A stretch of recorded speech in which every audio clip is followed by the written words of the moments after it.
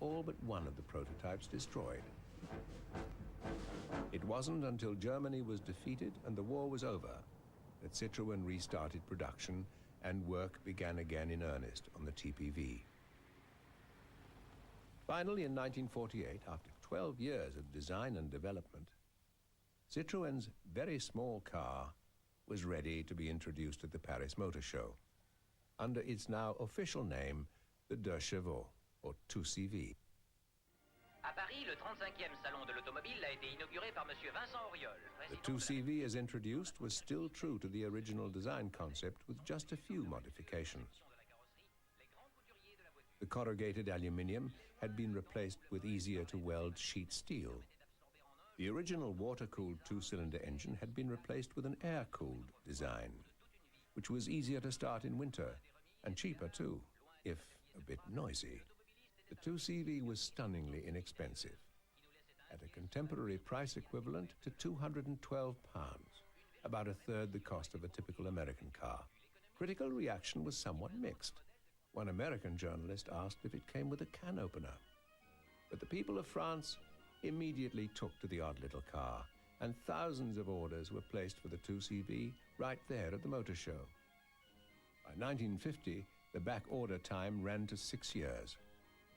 It was a tremendous success, and it did put the French farmer on wheels, and it did it economically, and it was a fine little car. And if you really think about it, it's really all anybody needs. I mean, we really don't need the Luxomobiles that we have. But for its time, it was exactly what everybody wanted. Over the years, the 2CV became a part of the fabric of French life.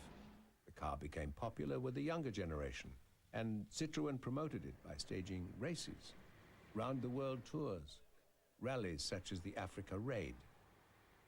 James Bond even drove one in For Your Eyes Only.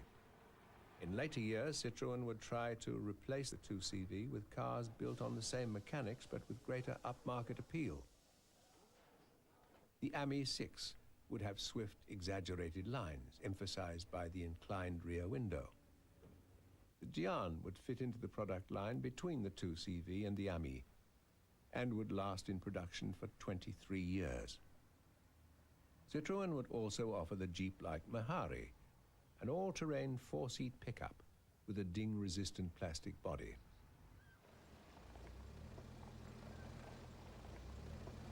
Each of these vehicles would have its day and its place in the market.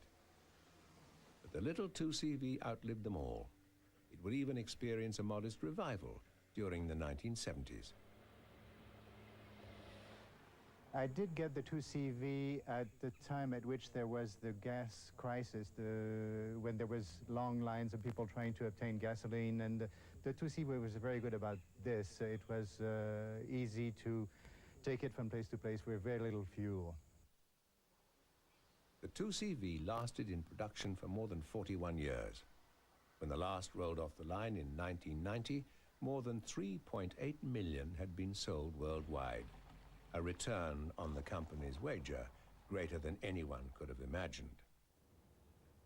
Greater even than the tremendous success of the Traction Avant, which in 1954 was nearing the end of its life and preparing to be replaced by Citroën's most daring breakthrough yet.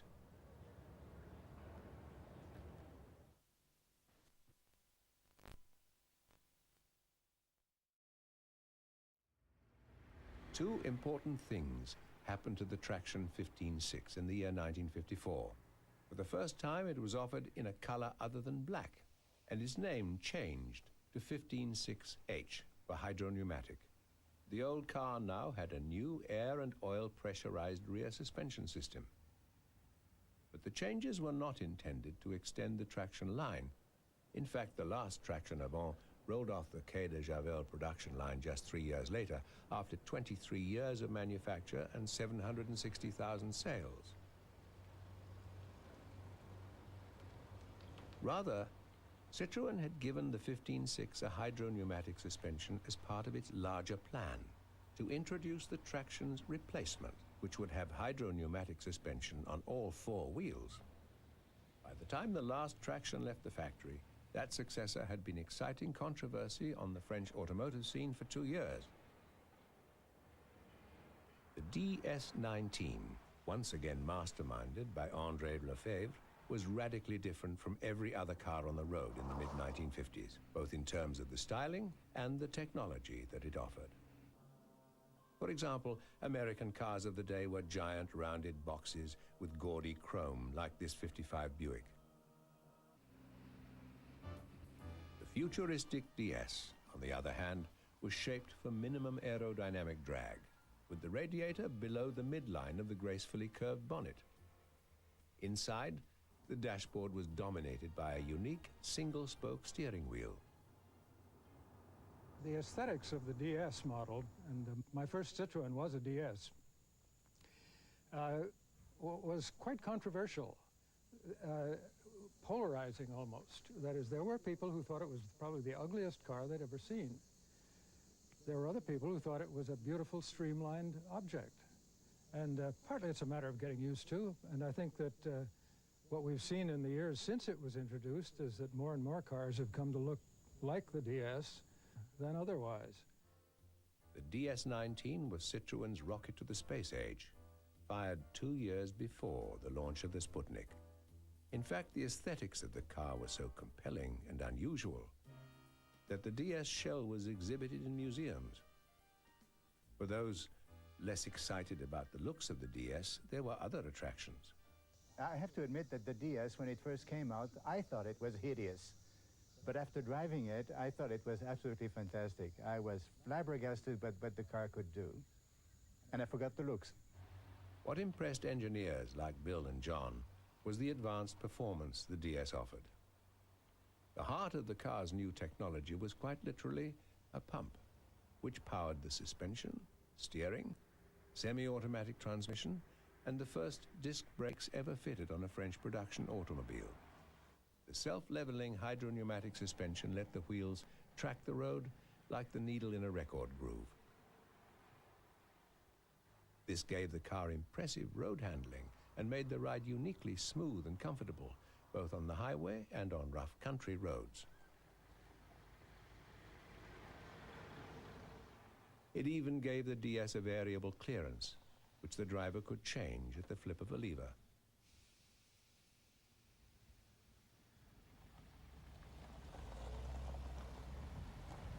The system worked by connecting each wheel to a piston. Each of the 4 pistons pressed on the liquid in a suspension sphere, which then compressed and decompressed a gas in the sphere. The pressure was shifted from sphere to sphere by a system of valves in order to keep the car level at all times. The hydraulic pumps generates pressure, which is accumulated in this steel sphere and then distributed to the front suspension, which one element for this wheel is here, and this element for the opposite wheel is here, and we have 2 identical spheres for the rear axle as well. The self-leveling ability even made it possible for the DS to operate with one wheel missing. SA Mirror takes a look at a ballet on 3 wheels, the wheel and turn of a Citroën cavalcade that spells out safety.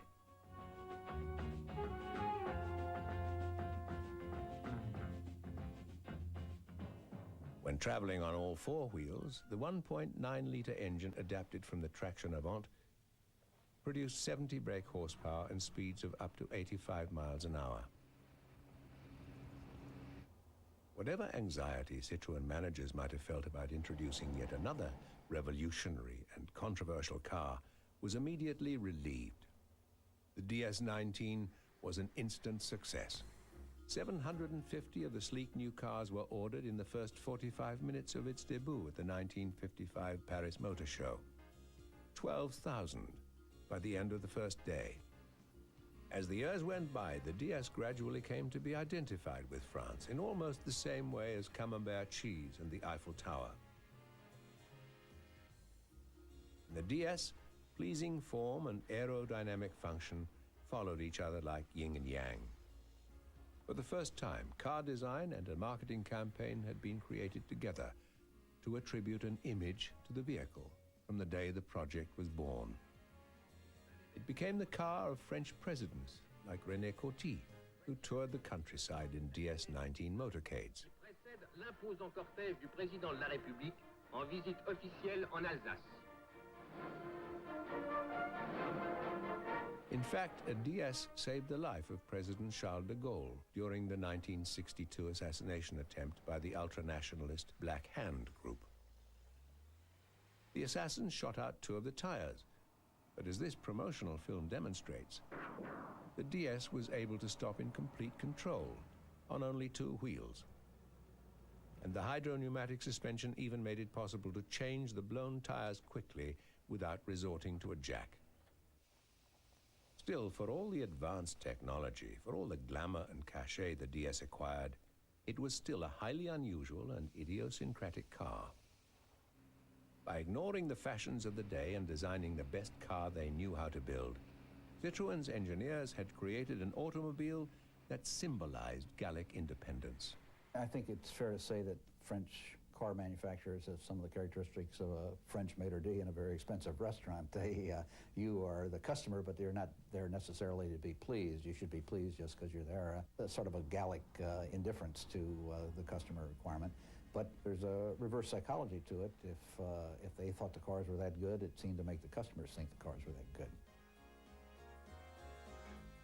But of course, this perpetual drive towards advancing the state of the art meant that Citroën would soon have to improve on the DS19.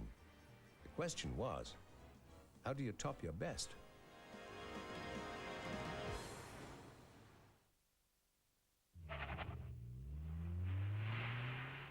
The DS line was a winner for France in more ways than one. Citroën introduced a less expensive version of the DS called the ID, with the hydraulic system confined to the suspension. When an ID19 won the Monte Carlo Rally in 1959, Citroën decided the time had come to re-enter the world of motorsports.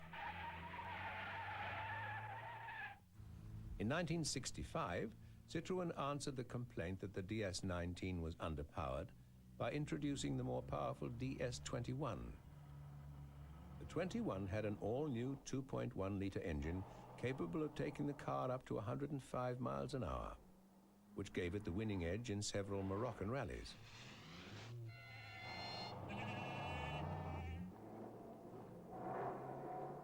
Also that year, the DS line would acquire a feature that would become one of its trademarks in the public mind. These distinctive, faired-in, swiveling headlamps. The headlights pivoted partly to compensate for the car's ever-varying attitude due to the automated suspension. They were handy for traversing switchback curves, and their fairing behind glass gave the DS an even more